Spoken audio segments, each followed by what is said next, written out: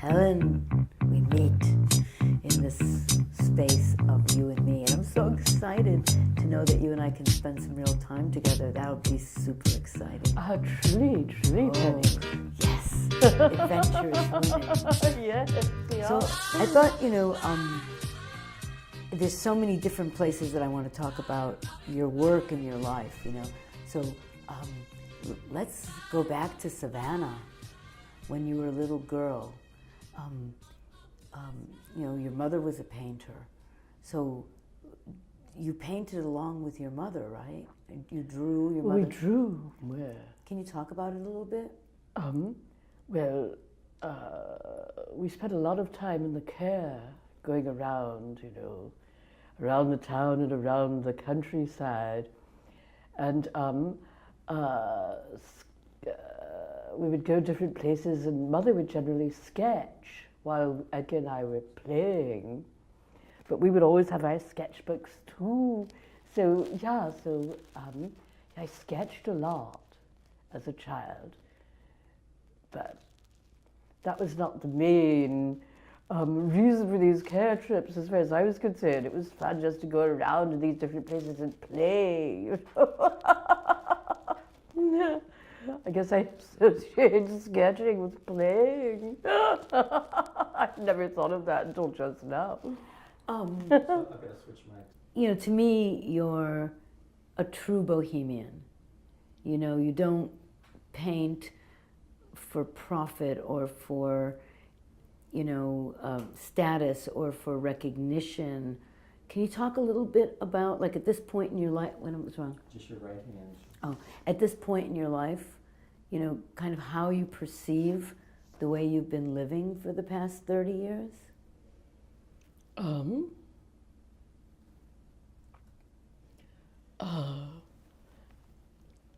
How I perceive the way I've been living for the past 30 years. Well, we're living in an era of market-driven art. Well, I guess I've been living outside the era. Can you talk about that a little bit? You have an art history background, so... Yeah. I've always just painted what I felt like I wanted to paint, what I had to paint.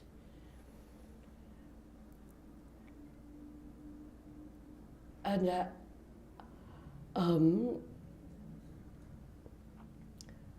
I feel like a very discriminating critic also, actually, And I feel like what I do is good. And if I didn't feel that way, I wouldn't bother to do it. Because I also feel like, what is the point of making rotten art? That could sound slightly egotistical, but actually I feel very strongly that way.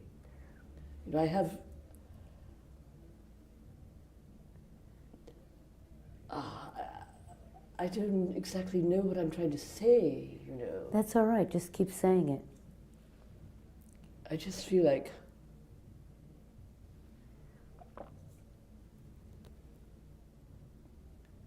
I'm just always true to myself, which sounds idiotic and like a cliche,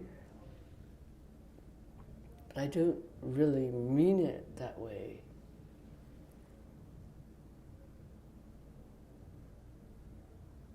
I've never given in to the demands of anything else other than what I felt inclined to do. Does that have anything to do with your knowledge of art history? It might have also. You studied art history. Yeah, I studied art history. Plus, as children, we kind of lived in the National Gallery in Washington.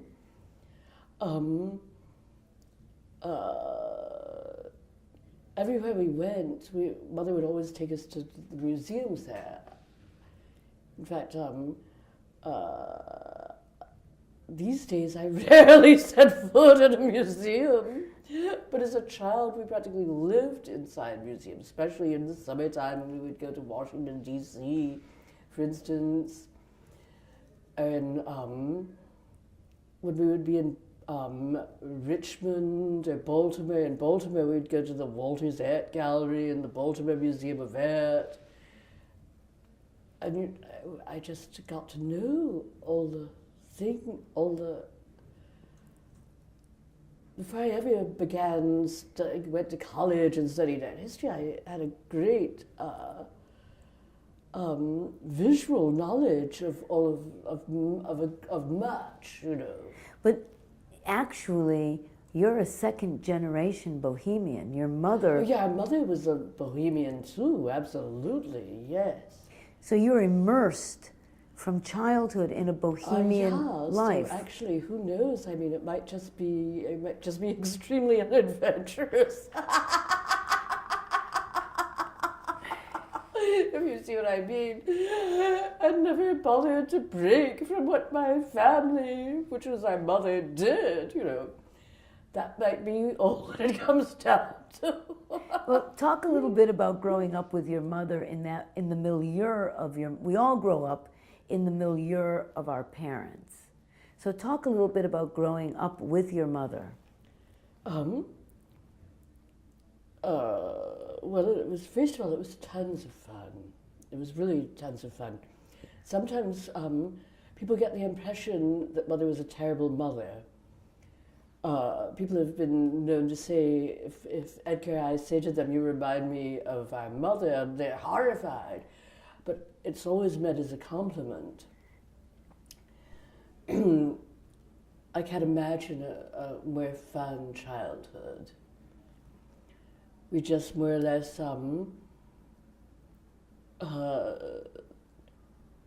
did what we wanted to do. And your mother encouraged your creativity. Oh yes, yeah, absolutely. Mother completely encouraged our creativity. Now your mother had a rather traumatic experience in that her own mother destroyed all her paintings when she married, and she was expecting those paintings to be sent on. Yes. Can you tell that story? Yeah, in fact, well, mother hated her mother. Her mother would just send her off the deep end. Every time she saw her, she would start screaming and yelling, which could seem rather mystifying, since Edna, our grandmother, would generally just sit there smiling and seeming very calm, but she always knew exactly the right thing to say to drive mother berserk, you know. And at some point, mother told us that one of the reasons that she could not stand her mother was because when she returned to Savannah after our father died, she went to get her paintings, which she had left at, I guess, where she lived with her mother, and she couldn't find them anywhere. And her mother said, "Oh, Louise, you know, you were married. You didn't need those old things anymore, so I threw them away," which was absolutely appalling.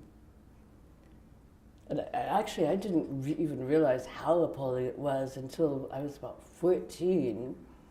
And on one of our attempts to move out of Savannah, we had shipped to Baltimore, where Edna was living at the time, this big box full of all our dolls, many of which mother had made, many of which I had made, tons of puppets which I had made, and they were beautiful. These were all works of art.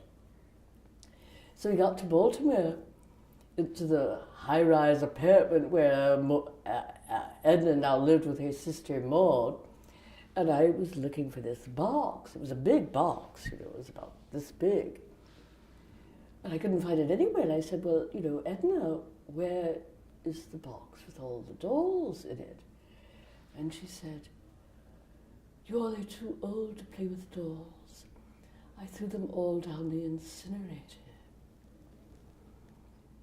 And then I realized, it really came home how Mother felt with it at the age of 13 or 14, how old I was, what this lady had done to our mother, Because that was on a pair with this, it was like the same thing. It was the essence of it. Right, exactly. Plus, that also meant she dragged this huge box down the hallway to this small incinerator. It was a little door, and she must have one by one. It's not as though she just dumped out the whole box. She must have slowly and methodically, one by one, consigned each doll to its fiery fate, gleefully, practically. I mean, although she never laughed. She didn't She always show it. smiled.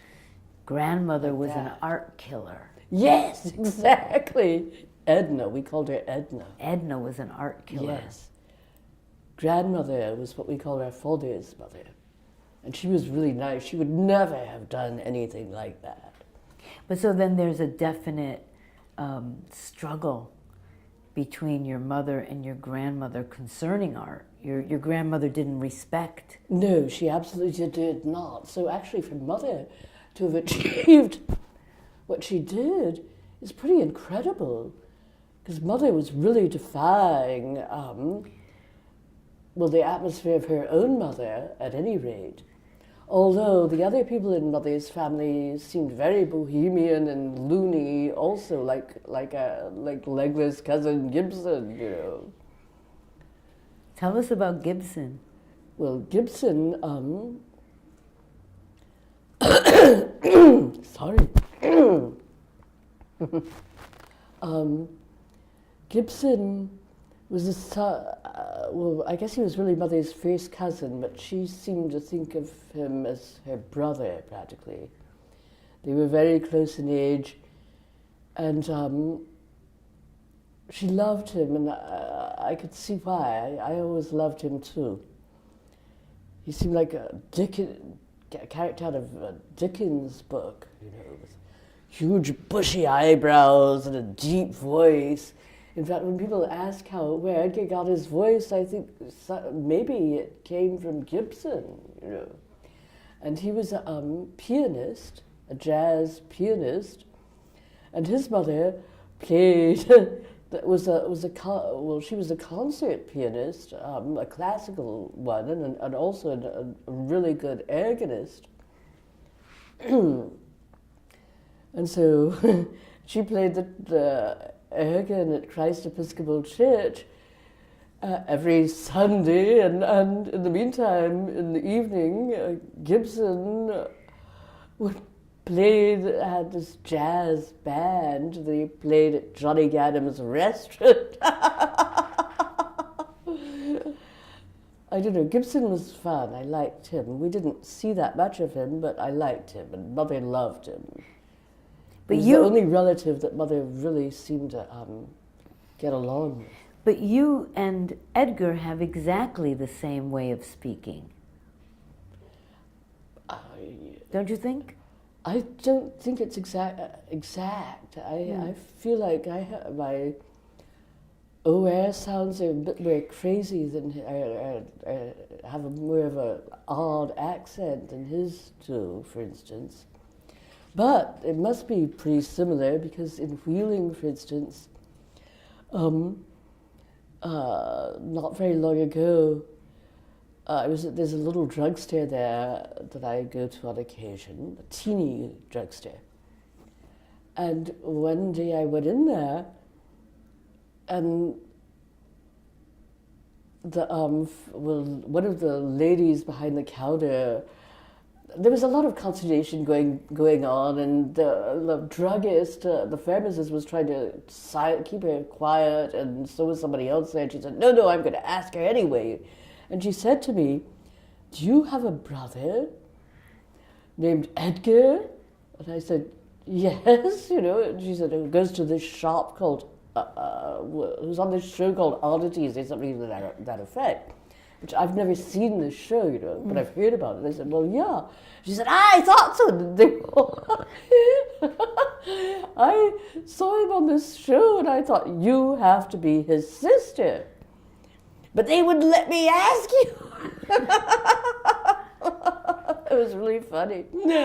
Well, you grew up in Savannah. You But grew up. this is in Wheeling, Yeah, this is in no. Wheeling, West Virginia. This lady, you know, out of the blue, I'd appeared there. She saw me several times, and she just. So I guess there's a similarity somewhere. But I want to talk about the fact that you're from Savannah. So what I've always said to other people is, well, Edgar and Helen grew up in Savannah, so they have a southern accent. Then they went to school in Paris, so they adopted a Parisian accent when they were speaking French, because you both speak French beautifully. And then Edgar went to school in London, which would have also influenced the accent. But the thing is, I think we talked this way before we ever left Savannah. From the time we were very, very small children. My theory is, and Mother would always say that I sounded just like our father's mother, actually. And my theory is that perhaps our father talked like we do, because he would have sounded probably like his own mother, you know.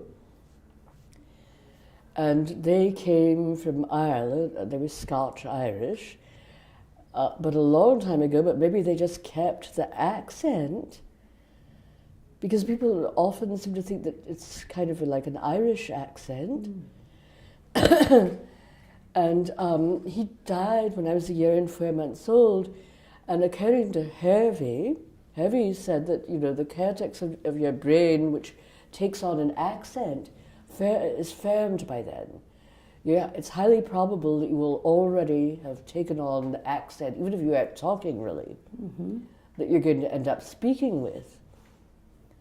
And so I've always thought that, well, I guess maybe I had chosen his accent rather than Mother's, because Mother she didn't sound like us. She had a beautiful voice, but she did not have the same accent.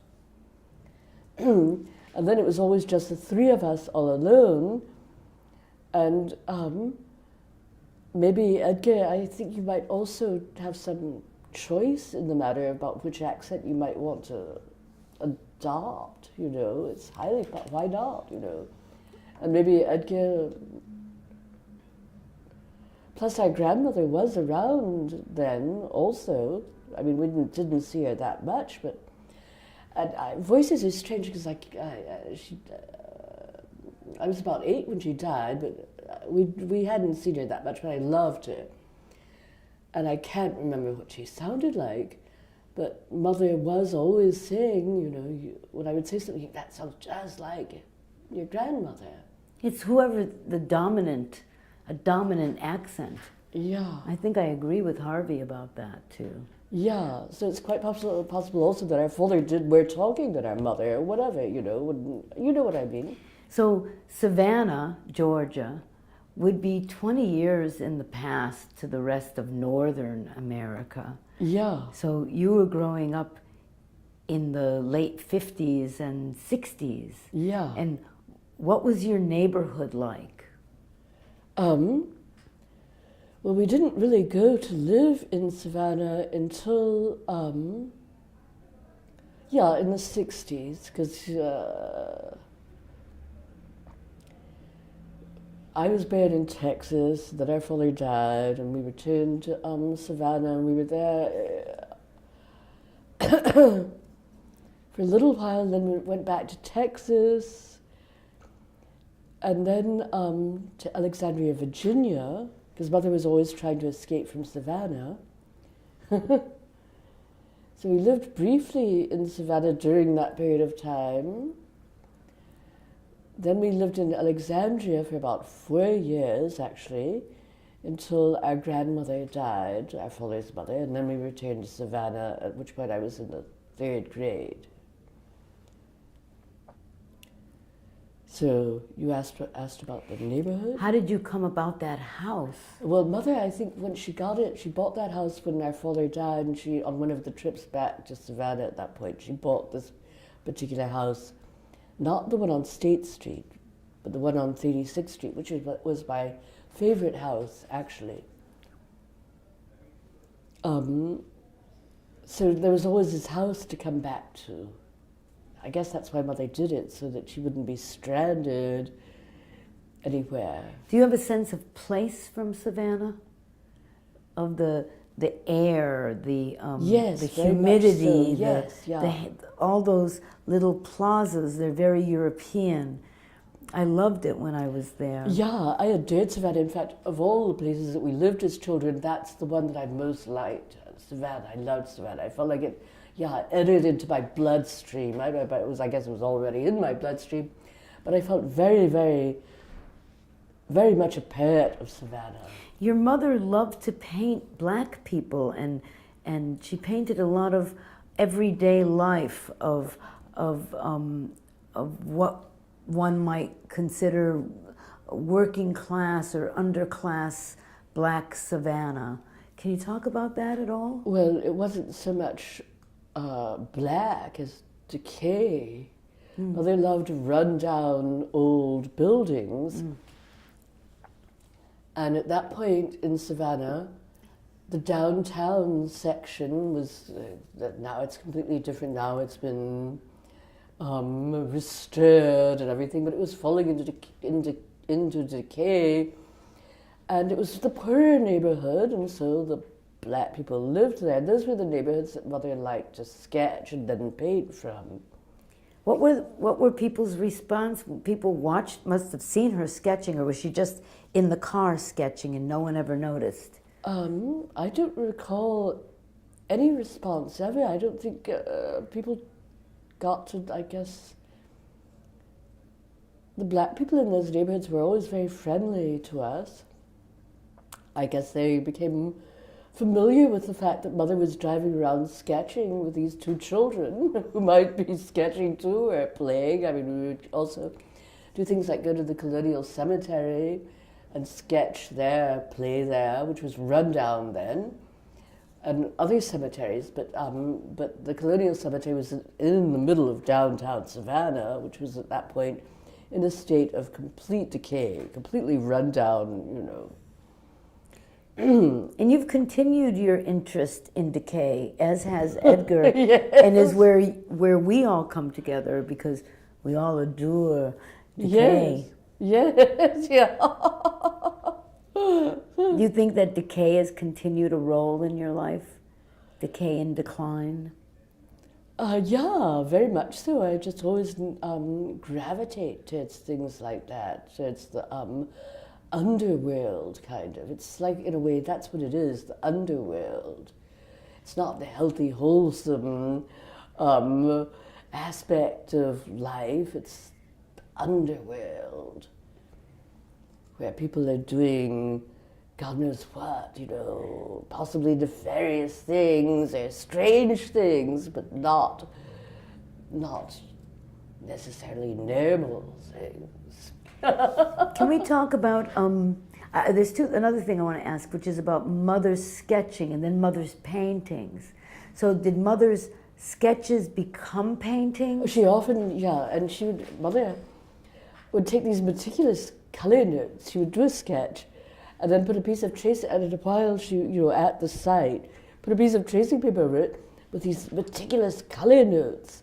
And then when we got home at some point, she would suddenly decide to do a painting and, choose one of these sketches and then turn it into a painting. In fact, that's a really good idea. I've never done that, but it might be interesting to try doing it. It was fun, to look at too. Yeah, it's a reference. Right, yeah, there's the tracing paper over everything with just these, color notes. Well, like the radiators, just on top of where the sketches would go with the drawings, so you could just put it on top, and then if you couldn't remember, Well It would understood. certainly make things easier than thinking, well, what color should I make that? Well, it was that color, so I'll make it that color. Was Mother interested in literature? Oh, yeah. Mother was one of the most well-read people I've ever encountered, actually. Really, yeah. She was extremely interested in literature. In fact, that was part of the friendship between her and Gibson. Gibson, actually, I guess, was 5 years older than Mother. And I think and Mother, I think she learned how to read when she was 3 or something. And so Gibson was giving her things to read, and then her father, when he found her at the age of 5 reading Confessions of an Opium Eater, went crazy. No, Mother was extremely well read. Because we have Edgar, who's so text-bound, and then you know, with the painting. It's very fascinating. Because Edgar lives in the world of words. Yeah. And you too are very, very, very articulate. Yeah, I think, that Mother must have been, I didn't pay much attention to it. I must have been very much aware of it, but when you're immersed in that, you don't really pay any attention to it. I think Mother is probably one of the most articulate people I've ever known. I mean, when I think about the things that we knew as children, I mean, much of which I've forgotten now. Where did it come from? Mother told it to us. What kind of things? Like Greek mythology. I think I knew all of Greek mythology when I was about 8 years old. I mean, I knew it inside out. I don't remember it anymore, but you know what I mean? Things like that. Because you were Mother's best friends. Yeah, she didn't have any other friends. Except for Gibson, whom she saw rarely. And Mother didn't want to be a grown-up. Well, yeah, but she also did not, that didn't make any difference because she did not treat us like children. We were just all people. If you see what I mean, it was just 3 people. From the time I'm sure, from the time that I was 3 and Edgar 2, probably earlier. Did you have any kind of conflict when you went to school and saw how other people lived? Did you notice that people lived? Well, I certainly felt that other people lived differently, but I certainly did not envy them.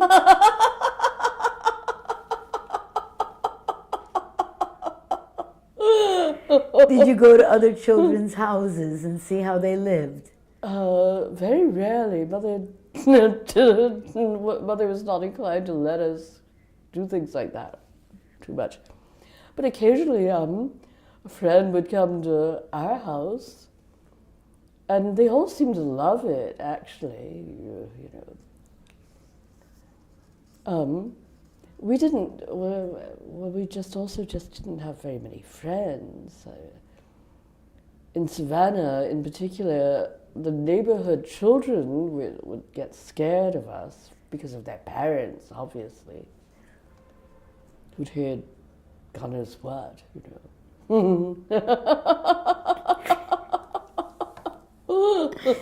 And what was life like when you were in high school for you? Were you the girl who was decorating the prom? No. Were you making art for the school as some people did? I was drafted to be the editor of the high school newspaper.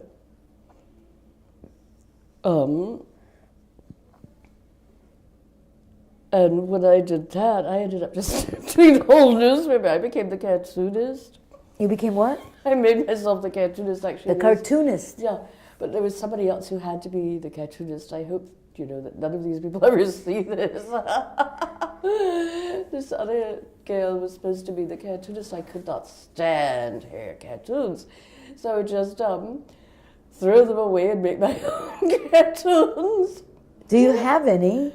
In Wheeling I found the issues of, yes, it was called The Flash. I didn't name the school newspaper, but actually that's not such a terrible name for a high school newspaper.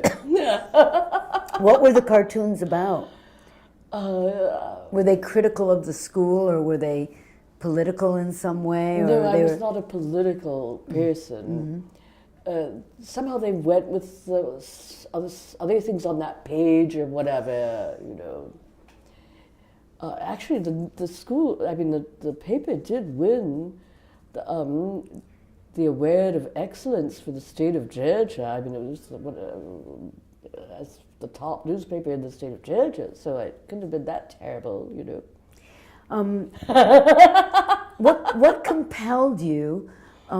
So you, as a teenager, then you went to the American school in Paris The the American school. as a high school student. The American college, no, it was the American college in Paris. What I did first was, because we went every year to Washington, I became familiar with the schools around there, one of which was George Washington University. And I discovered that George Washington University, after 1 year, you could, if you went there for 1 year, then you could go to this thing called the American College in Paris. So that's how I came about choosing that particular school. In other schools, it seemed to be 2 years. I didn't do too thorough investigation. I guess I went about this in a rather harebrained fashion, but I did learn that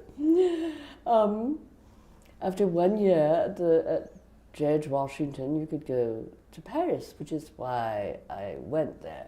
Why did you want to go to Paris? Oh, well, I was obsessed, and I'm sure this came from Mother, too. Mother was obsessed with Paris, too, but she had never been there. Oh, and plus, well, I don't know, I loved all these tales of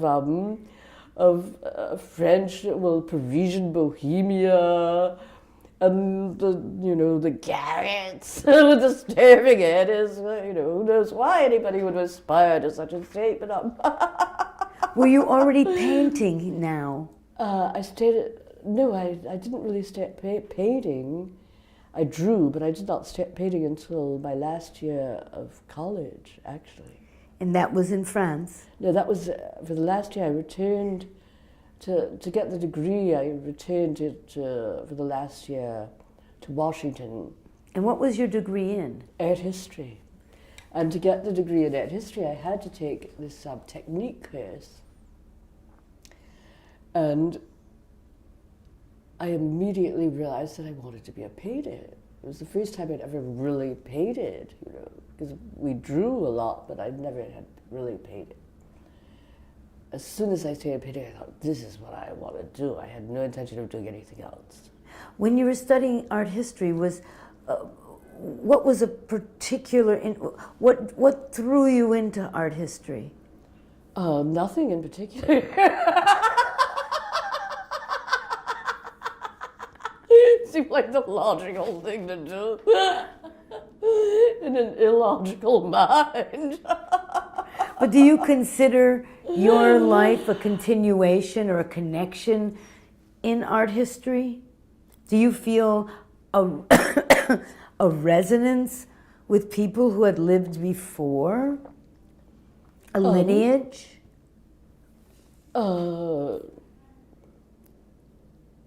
I don't mean this in an inflated way. I mean it more of in a, like I was just talking about Suzanne Valadon. We some of us have this weird connection to these other people. I mean, obviously Suzanne Valadon was not famous, but we have this resonance with people who lived these other lives, almost as if we're connected somehow. The gossip about them is important to us. Did you find that in art history? I don't really know. I have always felt, actually, that had our father lived, he was a chemist, I would never have been an artist. I would have been a scientist. I've always felt that way. Interesting. Yeah, which I don't want to diminish in any way by painting or anything, but I feel like there's an equally strong connection with the scientific world, which I have never pursued. And I'm not sad. I don't feel sad that I did what I did, but I feel like if my father had lived, I probably would not have been a painter, which might sound ghastly. No. I think that life is very short and you can't do everything. Yeah, that's also true. That's also very true. It's yes. very true. We can't do everything. Yeah. But when did you firmly commit to painting? When I was 22, after I took this course. And before then, I had no. I was thinking, well, what am I going to do? And as soon as I took this techniques course, that was it. I was firmly committed, and I've been firmly committed to it all of my life. But I've always in the back of my mind just felt like with this other influence, I might have gone in a different direction. Not to even to say, I think I sounded possibly too much like I was certain I would have. I don't mean it that way, but I... No, but science is also an inquiry, like art. Right, yeah, it's true. They're different lines of inquiry. Yes, it's true, yeah. Yes, I feel that way about medicine. I think if my father had lived, I might very easily have become a doctor. Yeah. You know, that... Yeah, it's a doctor in particular that I think I would have become. We would have both been doctors. Yes, we would have known each other anyway. Yeah, we would have always known each other. And now we'd be saying that if our mothers had lived, we would have been heirs. Yes. Now tell me, how did you stumble into your very unique style of painting? Because your painting is very unique. Can you talk about that? Do you know? No, I don't know. It's just the way it's been a progression into this style, which happened pretty quickly ever since as soon as I started painting. I think it is unique, and I think it's my style. Mm-hmm. You know.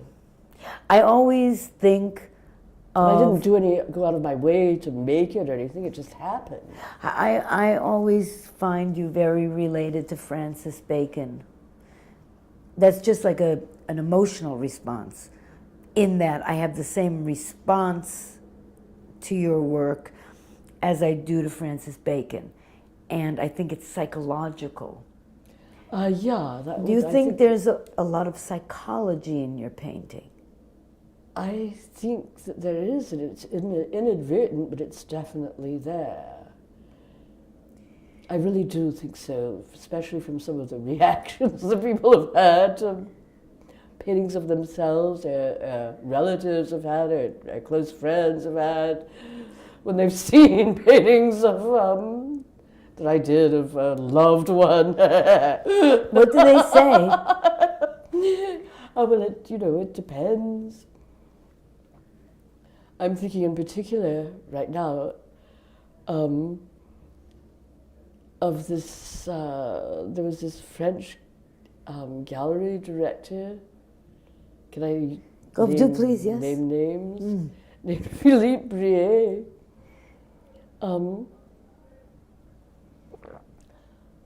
I guess that was in the 80s, And I painted him.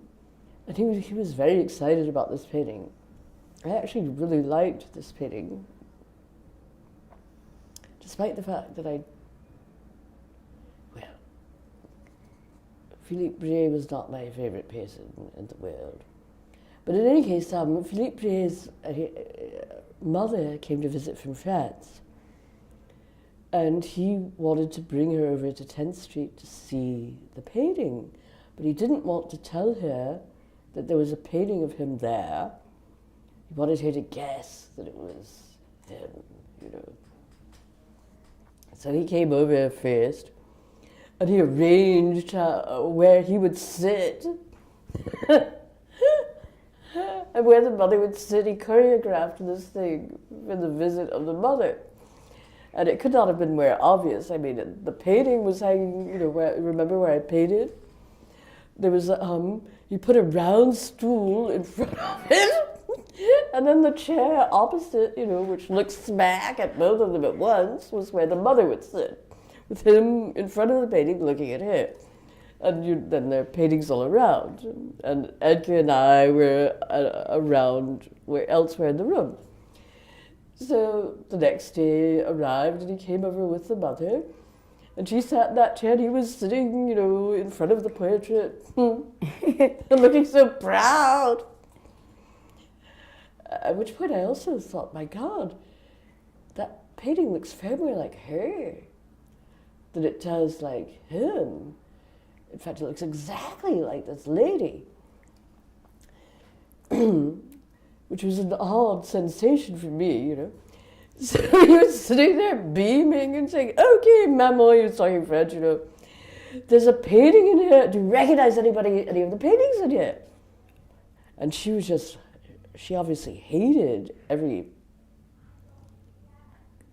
something that was going on, she's like, no, I don't recognize anything.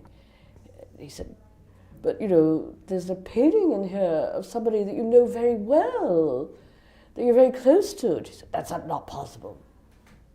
And she was looking everywhere except at the painting right behind him. She was deliberately averting her eyesight from that one.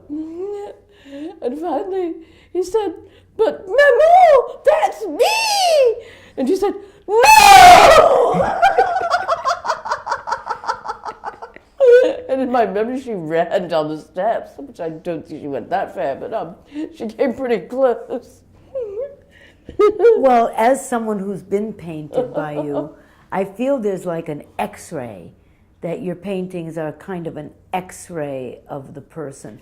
And certainly when I look at Joseph Keckler, which I recognize Joseph immediately, it's not just a painting, a photorealism painting.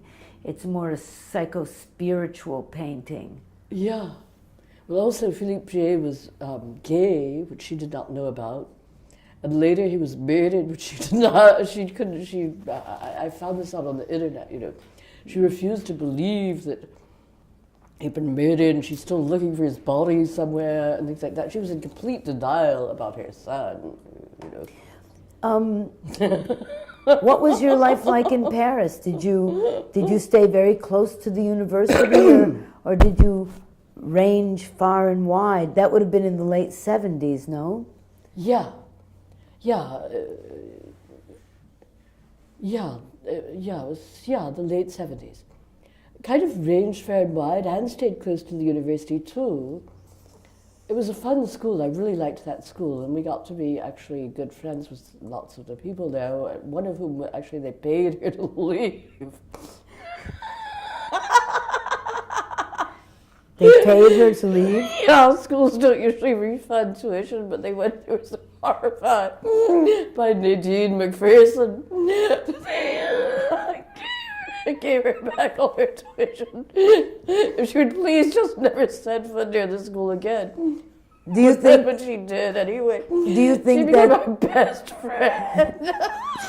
Do you think that there were people like you and like Edgar who were specifically going into that program in order to be in Paris, in order to pursue the I think there were a few. louche side of life? I think actually there were a few, but for the most part, it was that was in the minority still. But there were a few, I think. For the most part, there were people who were from all over the world at the school. Actually, from Paris was in quite decay. I mean, the Marais. Yeah, it was an absolute decay, actually, and that's one of the first places that we ended up living because of this friend, Christine Potier, who had been to my high school. She was like an exchange student. She came to Savannah to go to St. Vincent's to learn English, but I got my clutches on her, and so in the school we only spoke French.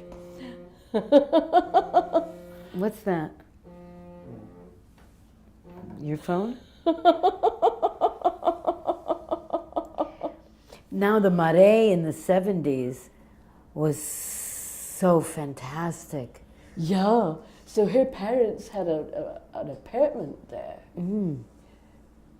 Christine's parents. And she more or less forced me to come live with her, because Edgar and I had found this other place on the Rue de Cherche Midi. But it was all fun, you know, it was fun being in all these different neighborhoods. It really was run down, and yeah, speaking of decay, it could not have been more decayed. In fact, it's kind of sad to see it now. It's so snazzy seeming. I remember going to Paris in 1973. Yes, you must have some wine. I'll pour. I'll pour. This will be off camera. I'll tell you my little story.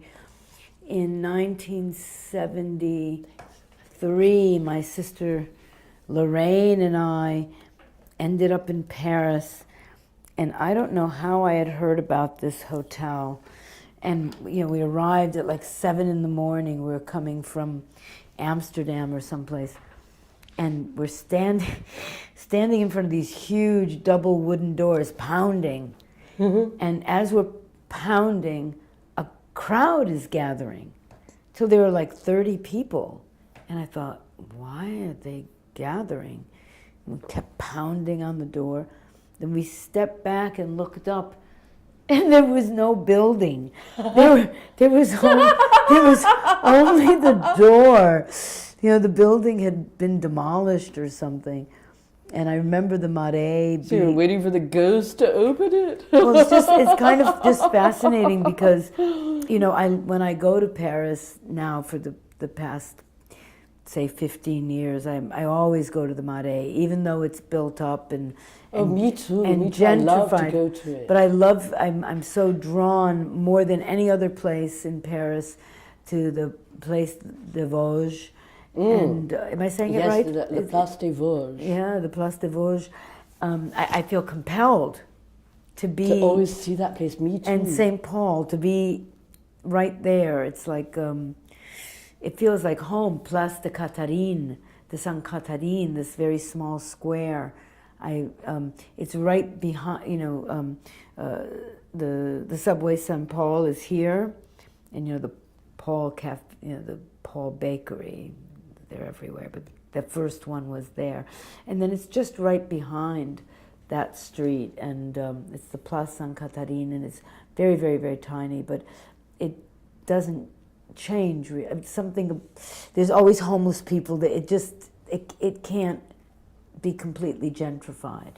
And then the realization that the Place des Vosges was in ruins for years, I know, upsets me that I didn't have an apartment there. What was I thinking? Yeah. Which brings us to you coming to New York. How did you end up coming to the East Village? Start with, I came to the East Village. Oh, well, I came to the East Village, but I left Paris. Edgar was already here. And all these loony things had been happening to me in Paris. Like? Well, like rats invading my apartment on the Rue de Varennes,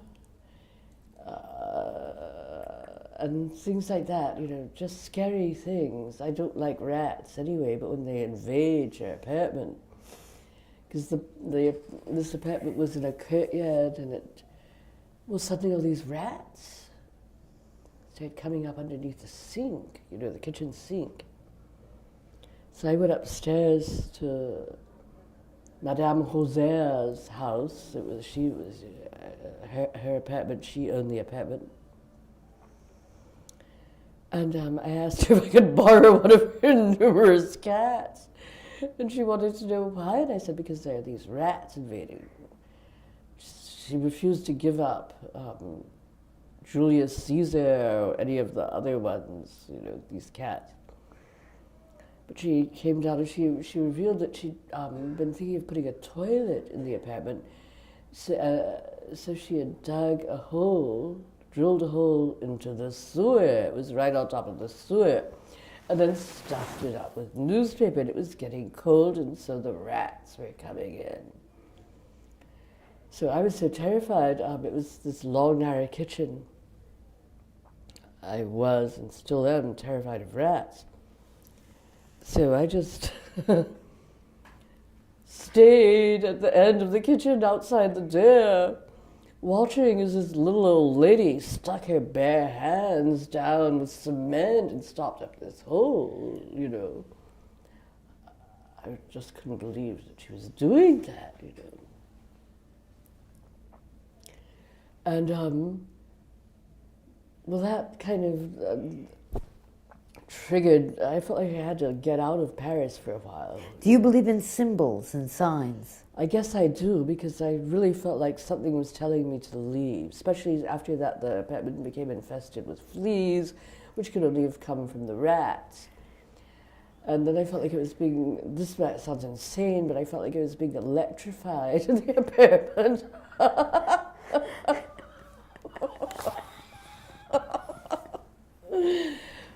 And that possibly was impending lunacy on my part, but it seemed best to leave Paris for the time being. Question. Have you ever danced with madness? Oh, do you mean come near being mad? Mm. I think probably so. Can you talk about it at all? Well, I think it has had a lot to do with meditation, for instance. Mm. I'm scared to meditate. Me too. Really? Yes.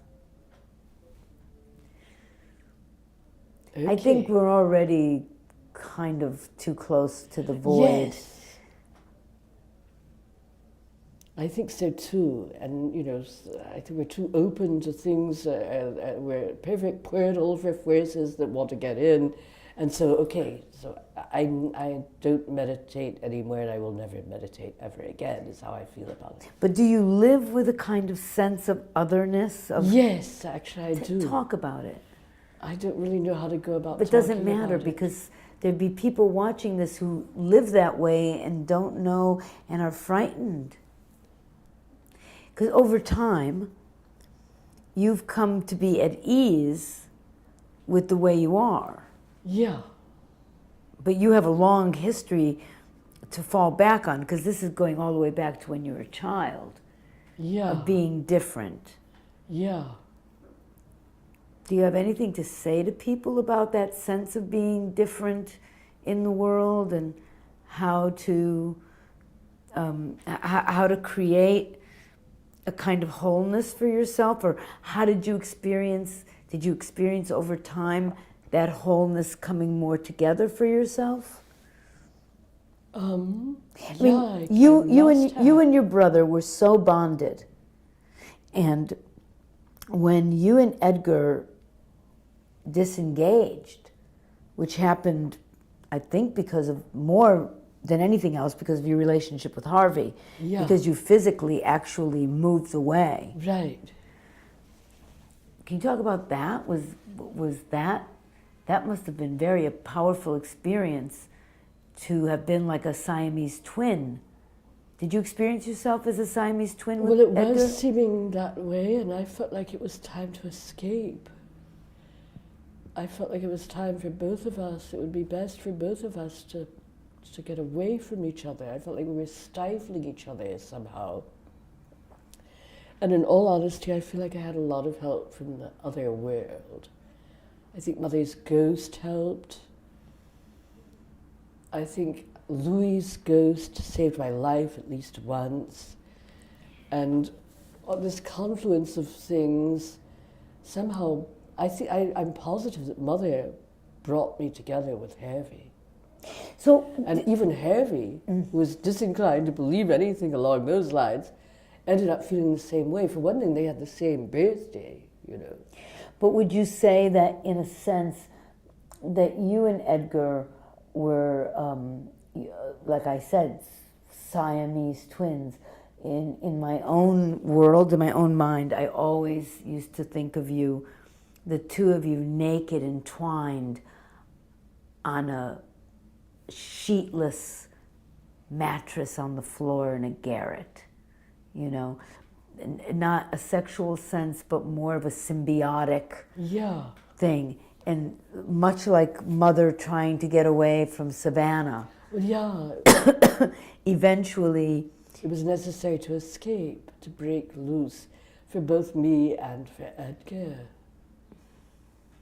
And I think it was difficult. Yeah, it was very difficult. Let's talk a bit about your relationship with Lewis Cartwright. So Lewis, of course, is a very, very famous, iconic junkie figure, partner of Herbert Huncke. I remember... Let Helen give that definition. Okay, all right, we'll let you give the definition. Who is Lewis? Who was Lewis Cartwright? And you have to say Lewis Cartwright was... Well, Lewis Cartwright was commonly referred to as, Herbert Huncke's partner, a lunatic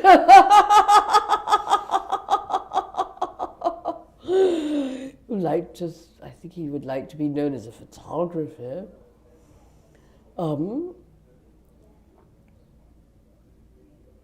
How did you come about him? I met him at a play that Edgar was in. I don't remember where it was, somewhere in the East Village, but way over. Edgar was doing a play with somebody named Peter McCabe. And so I went to this play, and then afterwards we were going to go, we were going to meet Herbert Huncke with Jamie Raisin, because Jamie Raisin was staying in some apartment over there nearby. So the play ended, and all of these people, I kept running into people I hadn't seen in a long time, and they were all kissing me hello. And then this person came up and grabbed me and really, madly kissed me, whom I'd never lay eyes on before. And, I pushed him away, and then I ran into some more people, and he kept coming up and doing that, like one of those these mad, passionate kisses like you see in the movies, that never happen usually in real life. And finally I said, go away! And finally, when I told somebody what was going on, and they threw him out, this person. So, and then I saw him lurking in the courtyard somewhere. So we went over to meet this Herbert Huncke, and much to my horror, it was Louis. Louis had been doing that, he was in the apartment, so there was no more escaping him.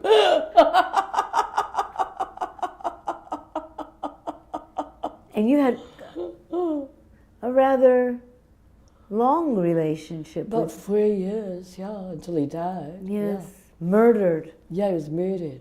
On 2nd Avenue. Yeah, in front of the Kiev, I believe. Do you know what were the circumstances? I don't think anybody's ever figured that out. I think it was probably, he had a rather odd sense of humor, and I think this sense of humor didn't appeal to a certain person, and they got their vengeance by slitting his throat or something to that effect. It was a random act of violence, I think. You think so?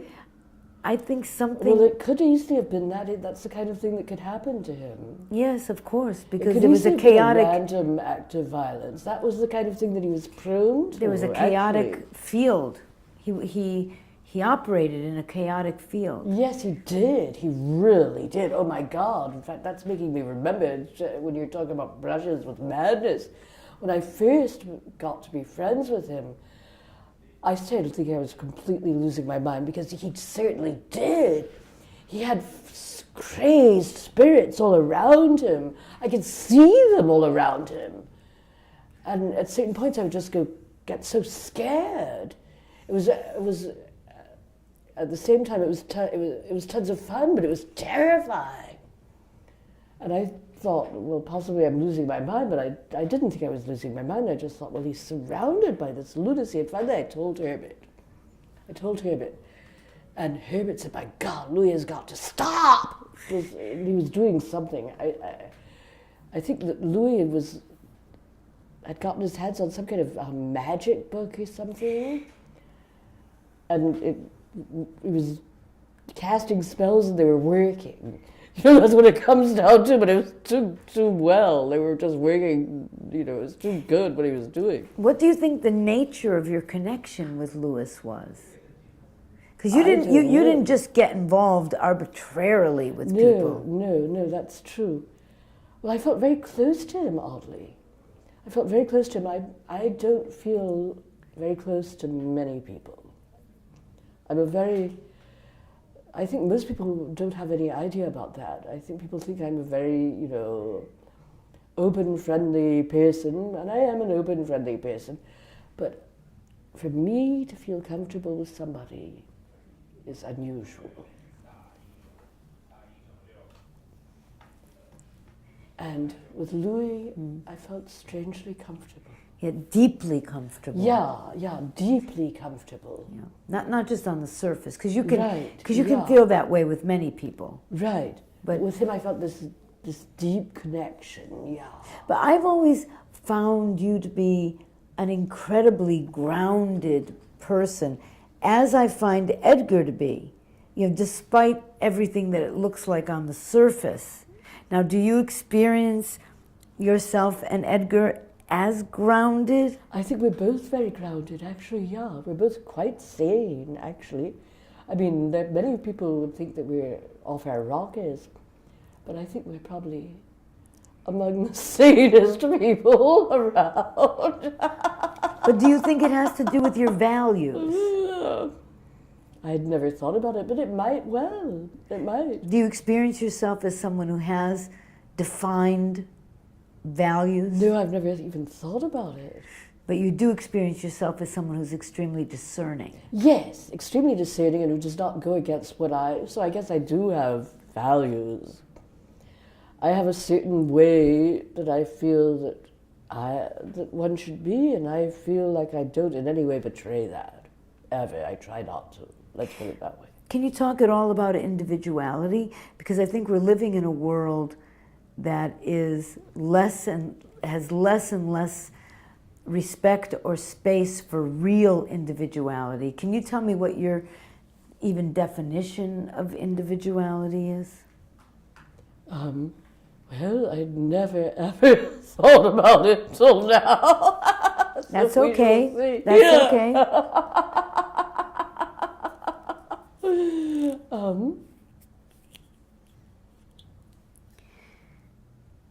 I don't know. Well, think about your mother.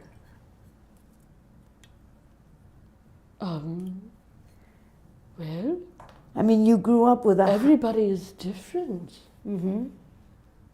Every cat is different. Every amoeba is different. You hear about snowflakes being different. Everything is different. But do you feel like maintaining difference is hard as you get older because the world wears away at you to fit in? Don't think you said that, but I haven't found it to be difficult, I don't think. Well, you had a head start. Yeah, I think, again, I had a really big head start. We had no alternative. We have no other way of seeing things. Our mother would have been the one who was really the brave one. We're just following a path that was laid out for us. Now, you've been a painter now for over 30 years. Yeah, from where like 38.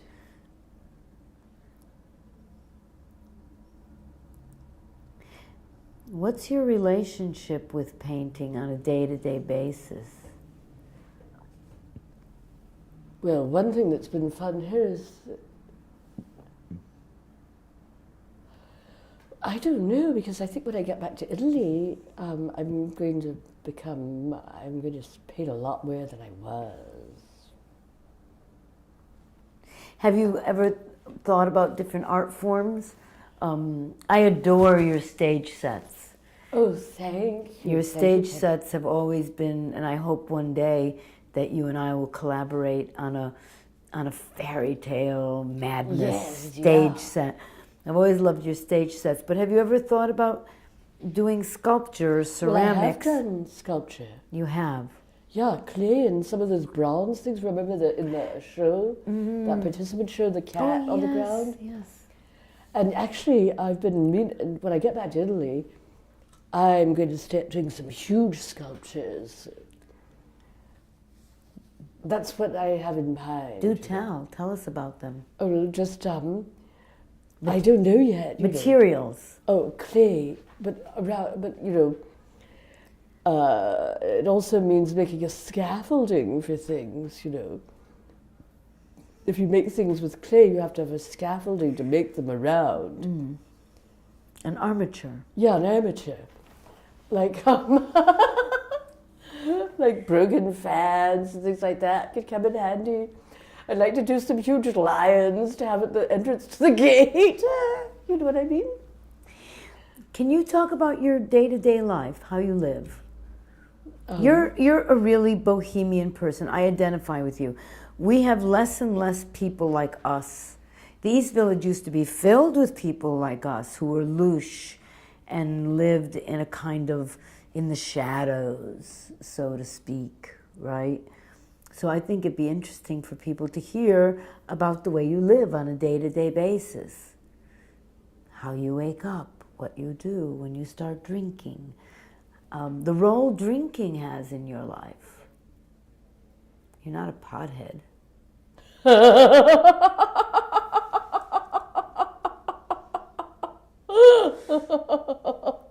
That's for sure.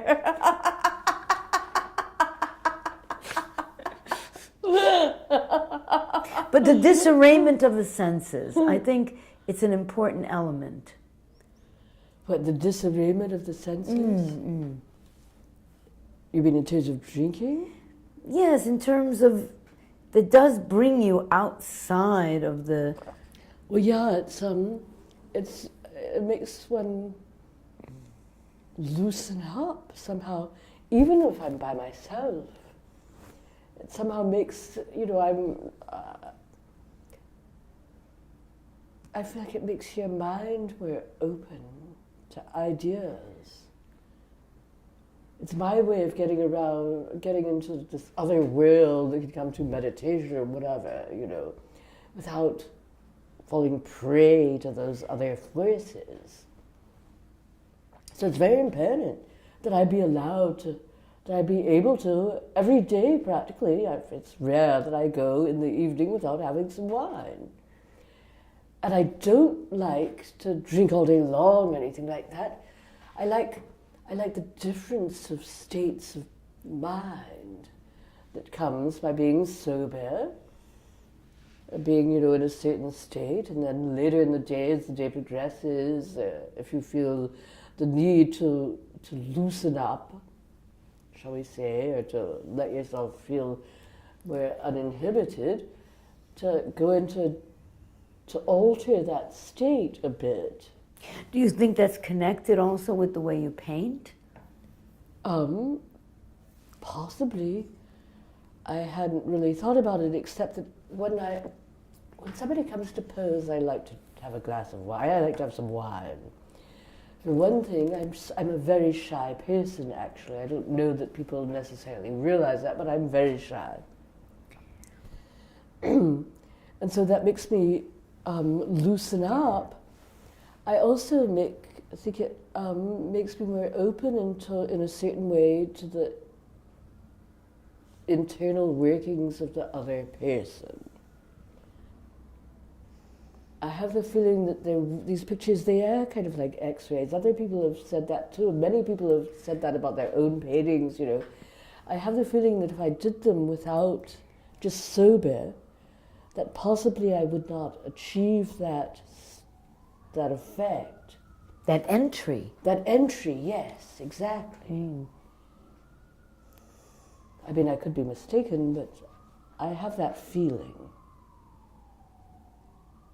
Can you talk about the East Village when you moved there? What year was that? You want to just check the mic real quick? Yeah. You want to check her mic? Yeah. Isn't this fun?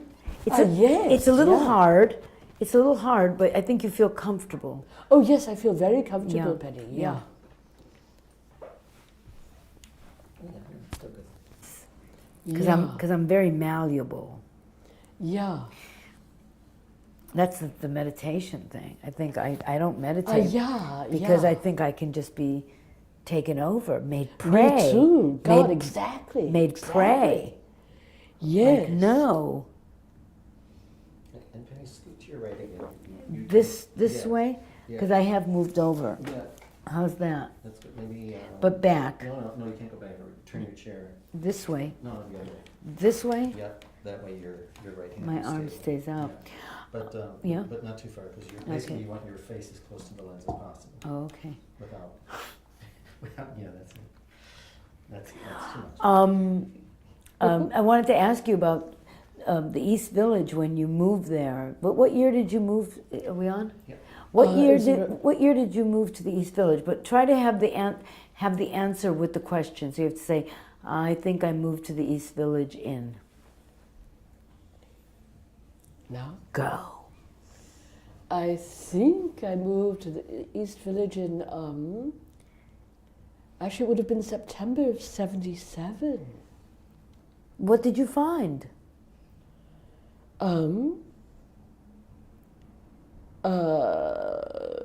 Certainly it's a lot different.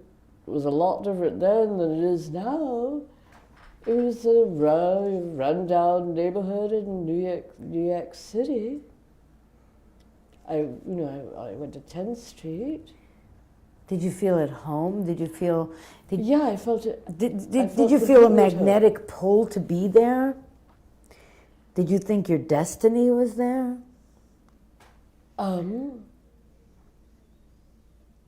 don't know. For the time being, it was. I felt like. I guess I felt.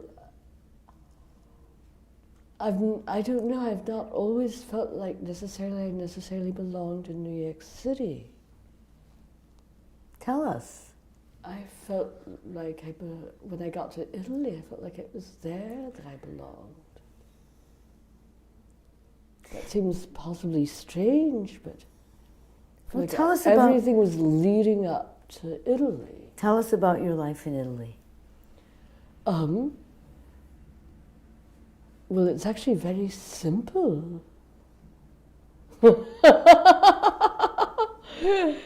Except for lots of loony things that happen on occasion. You want me to just tell about... Tarquinia and yeah, your sense of place. Well, for one thing, I've always liked being in a foreign country. I feel somehow the pull of foreign countries. I feel like there's something in me that wants to always live in a foreign country. A stranger in a strange land. Yes, exactly. A stranger in a strange land.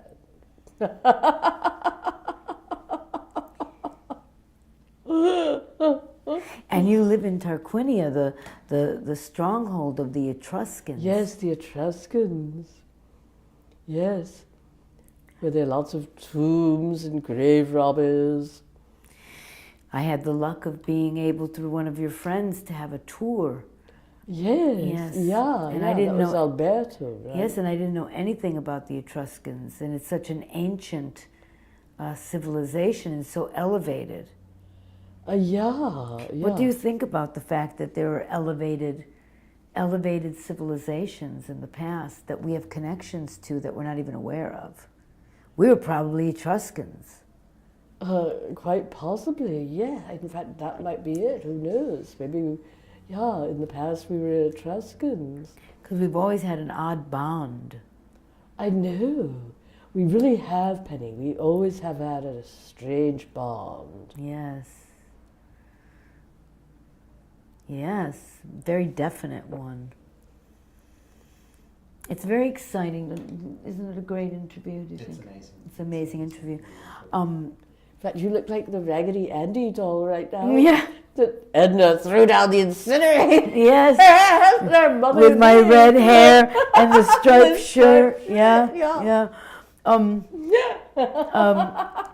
Can you talk a little bit about your development as a painter? Because one of the hallmarks of your work is scale. I don't know. I know it. I'm gravitate towards the huge. I think it might be astrological. In what way? And I have often thought this as a possibility due to the fact that the first time I ever. Well, in Paris we met this person who was an astrologer of sorts, an amateur astrologer. And apparently I have Jupiter smack on my ascendant, which is Cancer. And this person said that should indicate that I am fat. Expansive. Huge. Yeah, she said that you, by all right, with a thing like that in your horoscope, you should be huge. And I think that it's translated in my case into making huge pictures. Because all your paintings are large. And I always just, no matter what, no matter how I try otherwise, they become at least as too big for the room to hold them, you know. Yes.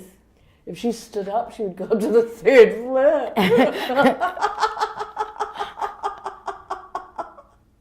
And he's standing down there in the Chinese restaurant underneath, you know. What do you think about the shading that you use? Because it's very much like airbrushing, but you don't use an airbrush. No, I don't. No, I don't know. I've always just done that because I liked I felt like it looked like sculpture somehow. Does it have any connection to the Japanese? Somehow there's a Japanese element. A lot of people have said that, but I don't think that it has any conscious connection To the Japanese. to the Japanese. Mm-hmm. Who are your favorite painters? Giotto is about my most favorite. Piero della Francesca. De Chirico I love. Manet, not Monet, Manet, you know. I don't like Monet well, at least I don't dislike him, but Manet is a great painter. And actually, I was not thinking about this at all, but the other day, a French girl was in here, and she looked at this and she said, "My God, that figure is taken straight from the Déjeuner sur l'herbe, the nude in the picnics, you know." And it is exactly. Is that, who is that? Not Degas. Manet. Manet. Manet. With I only this, just put that, the... yeah, she's sitting. It's not exactly like that, but If she I was, wasn't thinking about that. Well, first of all, when Alex posed, I went through lots of different poses, and then finally I came up with this. So I was not. Believe me, I was not thinking about that, but. Then I realized, my God, it does look very similar, and I looked it up online, and it is very similar. It's not exact. but the Manet poses would have been clothed. No? No, Manet, They're in the nude? Manet one, the reason the Déjeuner sur l'herbe is one of the reasons it's so famous is because a nude lady is on the grass, you know, I guess outside of, or in Paris somewhere in the grass having a picnic. Everybody is clothed except for the nude lady. Ah, in the Bois de Boulogne. Yeah, probably in the Bois de Boulogne. And she's looking out, straight out. What did art history teach you? Did you I enter? felt like I unlearned a lot. I don't know, you know. In Paris, my favorite teacher was Francesca Weinman, whose specialty was Gothic and Romanesque architecture mainly, and sculpture. So that's kind of what I specialized in college. Mm. I don't know that art history necessarily taught me anything. Did it give you any kind of an entry into the lives Because, of the I artists? already knew a lot about this stuff from going to the National Gallery. Right. I'm just curious about your relationship to artists in history, particularly women artists. Did you ever have a sense of that? Romaine Brooks, Mary Cassatt, the 1800s in general. Are there periods in art that you identify with more than others?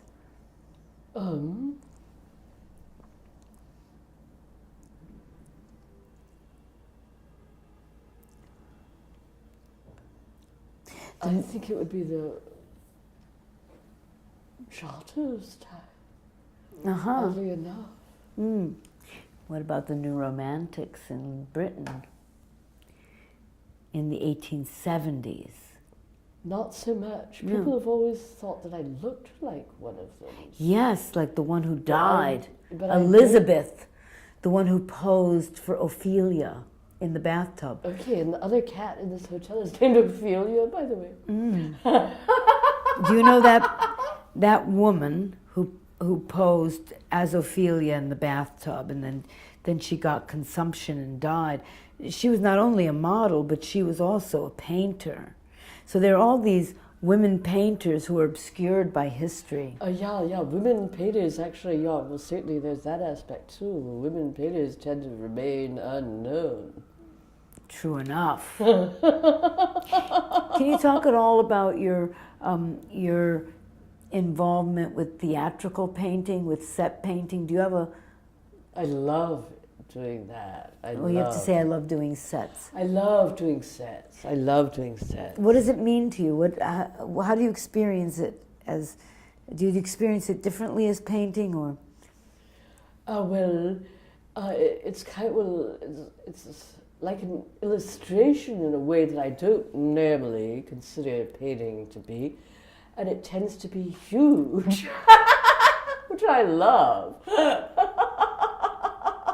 Have you worked with other people? Have you done sets for other people beside Edgar?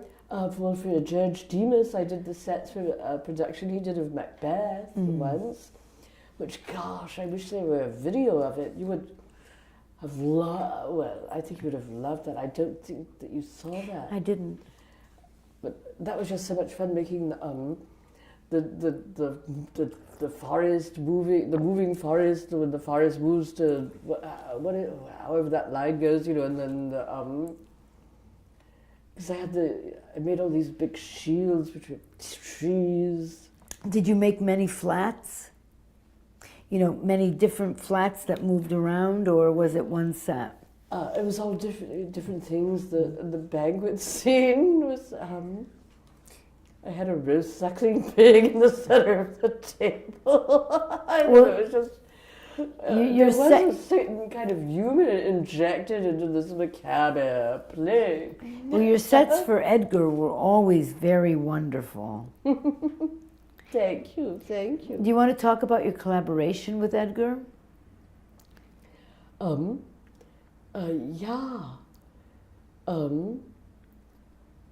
I'm getting kind of exhausted. It's okay. We'll just do one sentence about it. Oh, okay. Because... Can we take a break then? Yeah, but we'll just do this one sentence so I don't forget.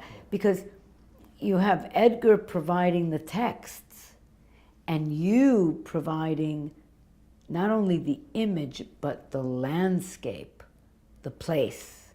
Yeah. And did you have a sense of that from Edgar's texts?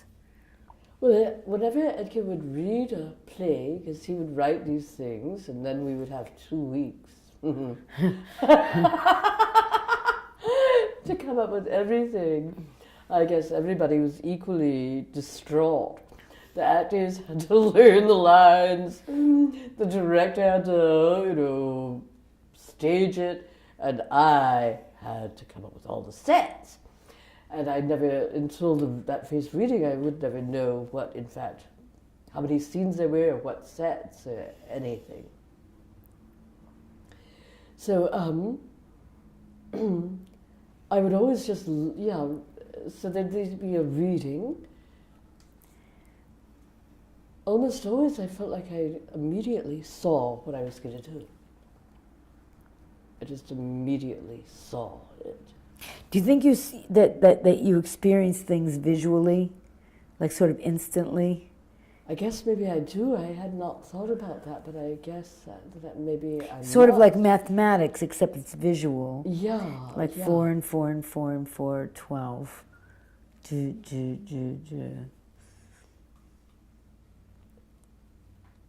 I would just, well, among other things, I would also just have I would immediately know which thing I was going to do first, also. So it wouldn't, and that I would see immediately. I wouldn't necessarily see everything. So I would do that one. And while I was doing that one, I'd be thinking about that I'd have a sense, something would just come to me somehow. It was like a psychic, these things were really like, it's like going into a trance kind of thing where this stuff comes to you. It's a psychic progression. Yeah. How did you feel when you walked into this room? Did you know what you were going to paint in this room? Or did the room offer? I had no idea what I was going to paint in this room. But that outside the door was the panel from of Brian from the other room. And I loved that room. And I thought, well, it would be great to just, because at that point I was thinking, I thought it was going to be a much shorter space of time too, And the room was supposed to be very much quicker for me to start working on it. And I just thought, well, I loved that first room. Why not just recreate it? So that was my original thought. But then all these things kept happening as they tried to get the room ready for me, such as one day they said, come down and look, the room is all ready, and it was all painted white. And I looked at it, and then the next morning I came down to start at least being in it, and this wall had collapsed. So that delayed things rather a lot, because they had, and then they got scared that other walls would collapse, At least it hadn't waited to collapse until I painted it. So it got to be New Year's Eve, and I was reading East of Eden, or rereading it by John Steinbeck. And I was looking at, finally the room was ready. And I was in there and I was thinking how much I wanted to put trees in here. And we went to for New Year's Eve, I went to Edgar's house, and some other people were there, including Alex, who posed for that, and Heinz, who was doing another room here.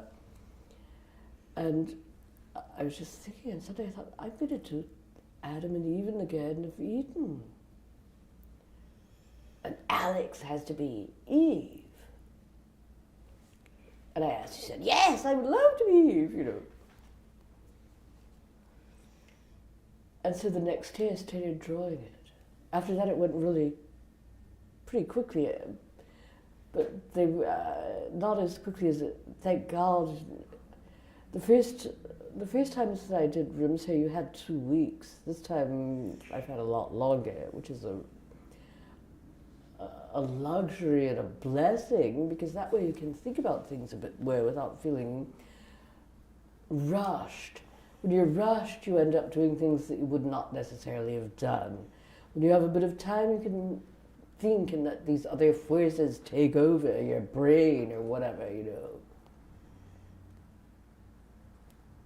What do you think about artistic community? Was it important to you in the 80s and 90s to be in relationship with other people that were artists? In a way that it's not necessary now. Did you? Probably so. I felt a very close connection with Brian, for instance, Brian Damage. I felt like he helped me and I helped him. But there was kind of a high point of artistic community in around 1990 when people would come to to 10th Street all the time, all those... I knew it, and can I say something bitter? Yes, of course. At a certain point, after I had married Harvey, they were trying to get Edgar to they were going to do this retrospective of the art scene. I don't know what it was, but something about the art scene in the East Village in the 90s or something like that. And they wanted to put Brian's desk in, and Edgar was trying to determine whether or not to let them. And I said something about, well, do they want something from me? And Edgar said that he had been told that he posed that question himself, and whoever it was that he spoke to had said, well, Helen was never really part of the East Village art scene anyway. And I felt extremely enraged and bitter, and I thought, okay, to hell with you all. But Brian got into the East Village art scene through us and Pompeii, you know what I mean? But you know that that's just about the market, you know. You were painting. I knew it, and I never stopped. But you weren't showing with all of them. Yeah. And that's how they all reflect on themselves. Yeah, I guess so. And has nothing to do with anything. I guess so. Yes, because a lot of us... That really enraged me. A lot of us have had that experience, to be just written out. Because we weren't in some kind of market. Yeah, okay. Yeah, just to get clear there. Okay. Let's have a little break. Oh my God! That really enraged me. Yes, of course, and as well it should. But it's always the people who are real artists who are excluded. Yeah. It's the people who socialize who are included. Yeah. I'm gonna go have a smoke. Oh, I love drinking wine with Helen. You can go out on the balcony to smoke. Oh, I can. There's a balcony there. Yeah, it's a fire escape. Oh my God. But Look where at were you this going cat. It looks as if it's dead. Hello. That cat loves to come in here and do that. It's in the shot. Is it? 3 spots like a stigmata. Oh dear. They were just like they weren't like a real scratch. They were like more like a clutch. Because I did intimidate him. Okay. Where do you eat around here? Where do I eat? Around here, do you go somewhere to eat? Oh, well, it depends on what you're in the humor for. Yeah. There's the Lyric Diner, and there's this place called the Blue Smoke, which has barbecue things and things like that, which is on 27th Street and over there. And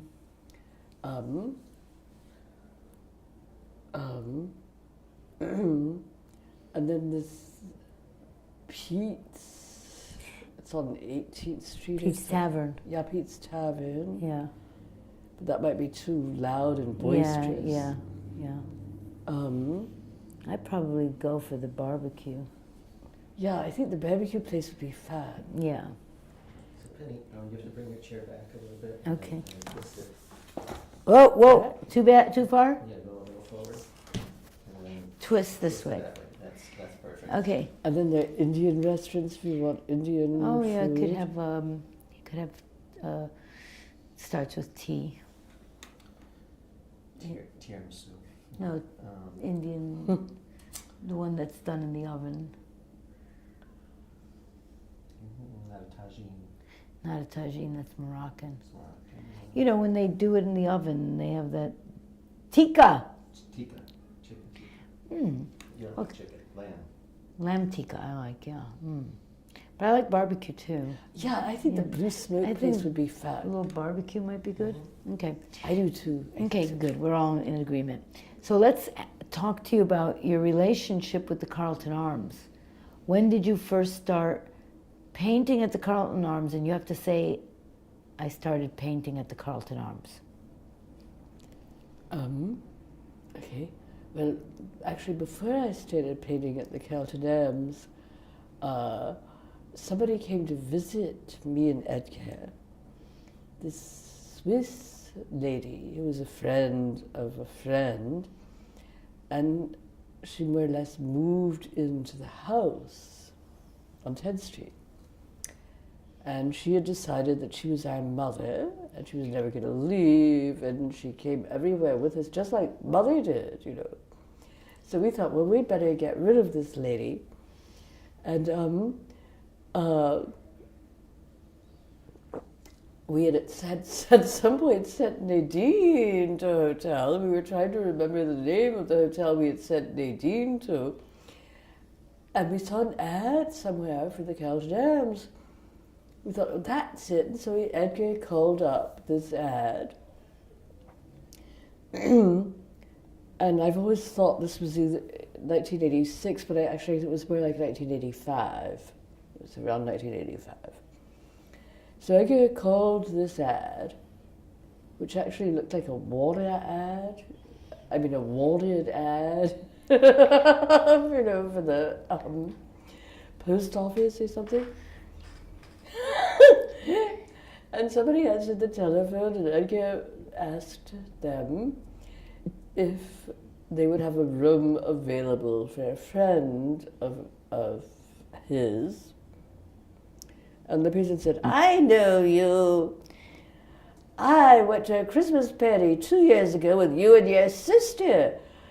Of course your friend can have a room. Please come over here because your sister is a painter. And we have started doing all of this stuff to the Carlton Arms. So we came over here, and our friend checked in, and Gil Dominguez, who was the person who answered the telephone, was here, and he did lots of those murals in the stairwell. And apparently, well, at that point, I guess I remembered, you know, meeting him. In any case, he said that they had decided to try and revamp the hotel, he and Eddie Ryan, who was the manager of it, and they were going to do so by having, just as people moved out, having artists paint rooms. And would I please be one of those artists? I said, of course, I would love to. But in the meantime, it was an SRO at this point. And that meant it wasn't going to happen immediately because they had to get rid of as people left, they weren't actively throwing people out, but as people would leave, they just wouldn't rent the rooms to welfare people or things like that anymore. Rooms that, in other words, you could never get the tenants out of again. They wanted to take it over and turn it into a real hotel again, which it had been in the past.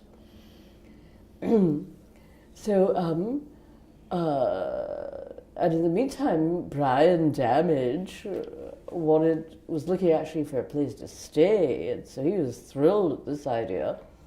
So finally Gil called up and said, okay, we're ready with some rooms. And actually, I think Brian moved in first. And he was living on this floor in the little room at the end of the hall, and he'd started painting it. And as far as I know, Brian and I and 3 other artists were among the very first batch of rooms that were turned into an exhibit like the one that they just had, where an artist would paint the rooms and then they would become hotel rooms. So I had room 3A, and I stayed there while Brian was staying in that room, and it was just, I had 2 weeks. Brian had somehow worked his way to the graces of the hotel, and he was living in there. But I had 2 weeks. So I was, it was tons of fun, though, you know. And that panel in the hallway is a surviving panel from that first room that I did, and that's Brian there. So, well, that's how it all came about. And then when was the next time that you would paint? The next time that I painted was, I think it was the next year, they had gotten rid of more people. Oh, and when I painted that first room, there were 2 figures. Brian was one of them, and there was another figure who was a hooker who lived in the hotel. I became good friends with this hooker, Michelle. She was really tons of fun. And she agreed to pose for this other figure. She, in the meantime, I think went mad and was thrown into an insane asylum, which the people who ran the hotel attributed to the fact that when I painted her, there was a pipe coming out of her head. I painted her around the pipe. So it was though they gave me kind of responsibility for having driven her insane by painting her with a pipe coming out of her head, or else attributed psychic, powers to me, something to that effect. But Michelle was lots of fun. But that's the kind of people who are hookers and drug addicts, and actually Alphonse. Well, there were 2 small children here who were children of the welfare people. Mm. And Brian in particular became attached to them, and they would follow him around and watch his painting. They're still here, 2 of them. One Alphonse and the other Ron. And they're grown up. Yeah, they're grown up. And they still live here. They don't live here, they work here. I guess they must be around 38 now or something like that. And one of the reasons that I haven't gone back to Italy yet is because Alphonse really wants me to paint him, and I feel like I have to paint Alphonse before I return to Italy. So that's one of the main reasons I have not gone back to Italy yet. So then you painted in the 80s, and then you didn't paint again till now, is that it? Yeah, those 2 rooms were destroyed by, I gather, the first one that I did was that panel, the panel in the hallway. I think the pipes blew up. Mm.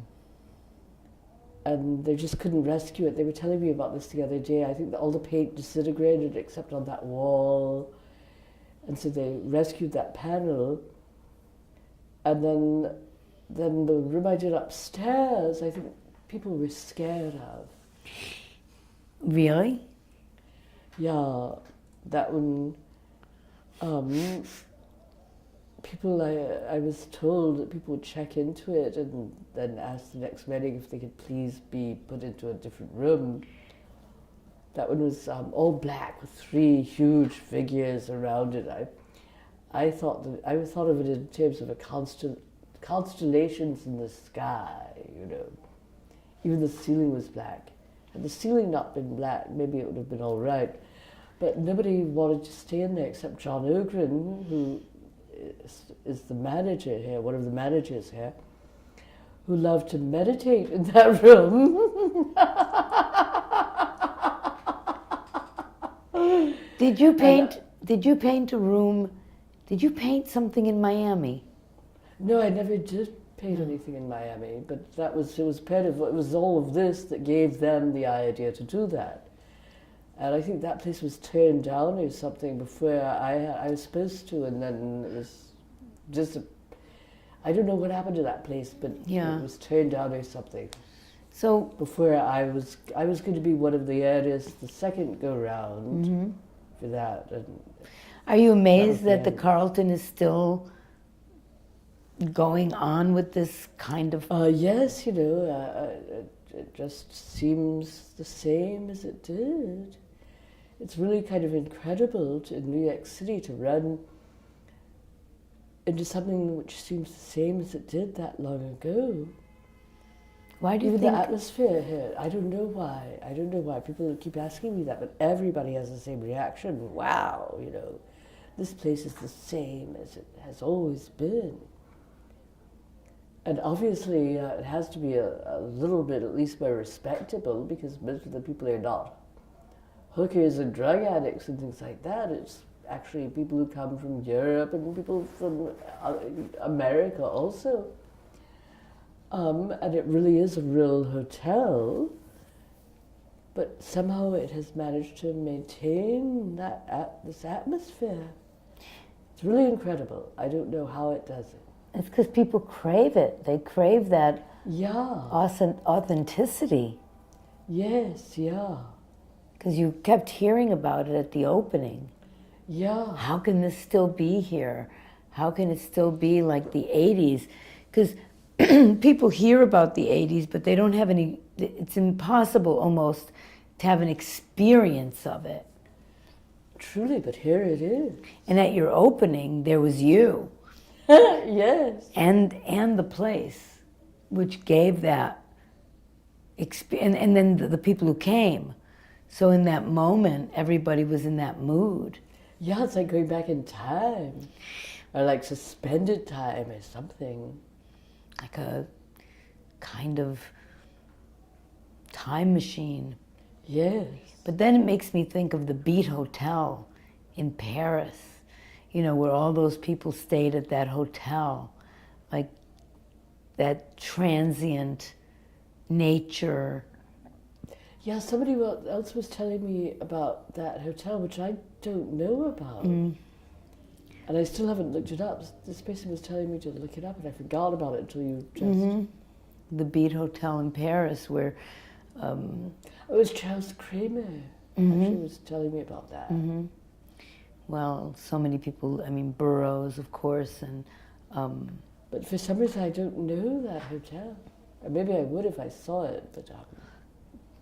I think it would have been still... during your time, I'm trying to remember if it was in the Latin Quarter or not. Somehow it seems like that would have been I will tell you now. God. Beat Hotel Paris. Beat Hotel, here we go. Run-down small hotel of 42 rooms in the Latin Quarter at Rue Guite-Lecour. Notable chiefly as a residence of the Beat movement. It was a class 13 hotel, meaning bottom line. 13? Yeah. Is anything lower? No. And Corso named it the Beat Hotel. The hotel offered the opportunity for a bath in the only bathtub on the ground floor. And they had a surcharge. And let's see. Who knows? Maybe Edgar stayed at that hotel in when we were living in the Marais, because Christine wanted to get rid of him, and I would spend a night there. And then when I came back to the Christine's loft apartment in the Marais, bed bugs appeared. They had to have come from whatever hotel Edgar was staying in. It's now a 4-star. It's now a 4-star hotel. Yeah. It's a Relais de Vieux Paris. Relais, is that how you say it? Relais de Vieux Paris. A special tribute was held outside with Jean-Jacques Lebel unveiling a plaque commemorative, now permanently hammered into the main entrance. honoring the Beat Hotel's 7 most famous occupants: Harold Norse, Brian Geisen, Gregory Corso, Ginsberg, Orlovsky, Burroughs, and Ian Somerville.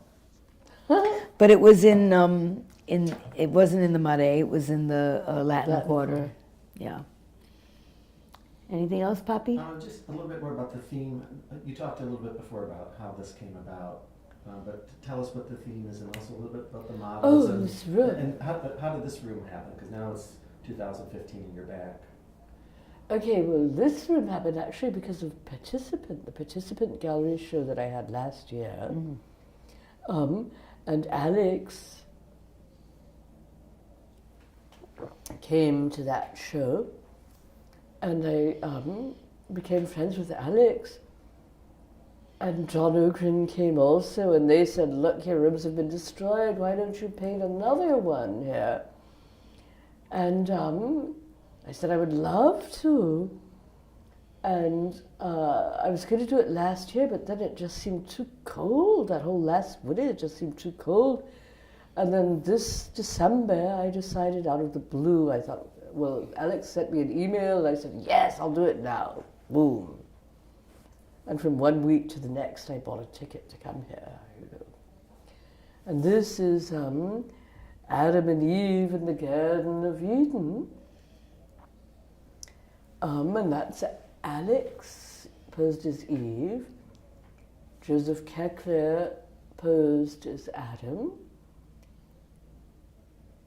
Joseph Kekler is that opera singer that has an amazing voice. And actually, the way I found that pose is because I like to paint with music, and that WQXR was coming through the computer, and suddenly it stopped. He was here, he'd been here for a while, and it was time to find a pose. And suddenly the radio stopped. And so and it looked like somebody had pushed the pause button, so I pressed play again, and it stopped. It just refused to play. And so I said, well, Joseph, I really like to paint with music, so why don't you sing? And he began to sing! And that is how that pose came about. And as it turns out, everybody knew, because I'd shown them videos of Joseph Kekler, so everybody in the hotel was really excited that he was there. And suddenly they heard his voice emanating down the hall, and everybody I gather, from what they've told me, was gathered outside the door. Had we opened the door, they would have fallen in, all listening to him. And then I put the bathroom in the snake. The snake in the bathroom. You have to see the snake at some point, because I love my snake. Who's the model for the snake? Oh, nobody. That was just The snake itself. Yeah, the snake. It's interesting because when one thinks of the Garden of Eden, one thinks of greenness. Yeah, but I decided to leave it out, except for these certain things that I put in around here. I decided to. This is the garden. It's a primordial thing. The green is in the rug. This is the Garden of Eden after they ate the apple. This is before. This is before they ate the apple? Yeah.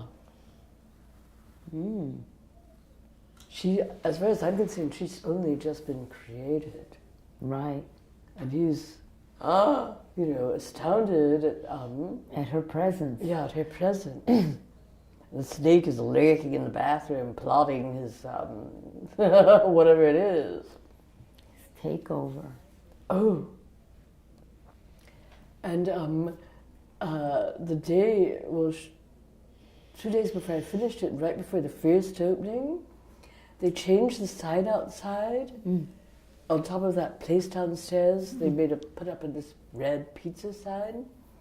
And so you'll see if you look out that window as it gets dark, that in the nighttime there's a red glow out the window that looks like hell. So it's like hell through, through the window of the Garden of Eden. Outside of the Garden of Eden is hell.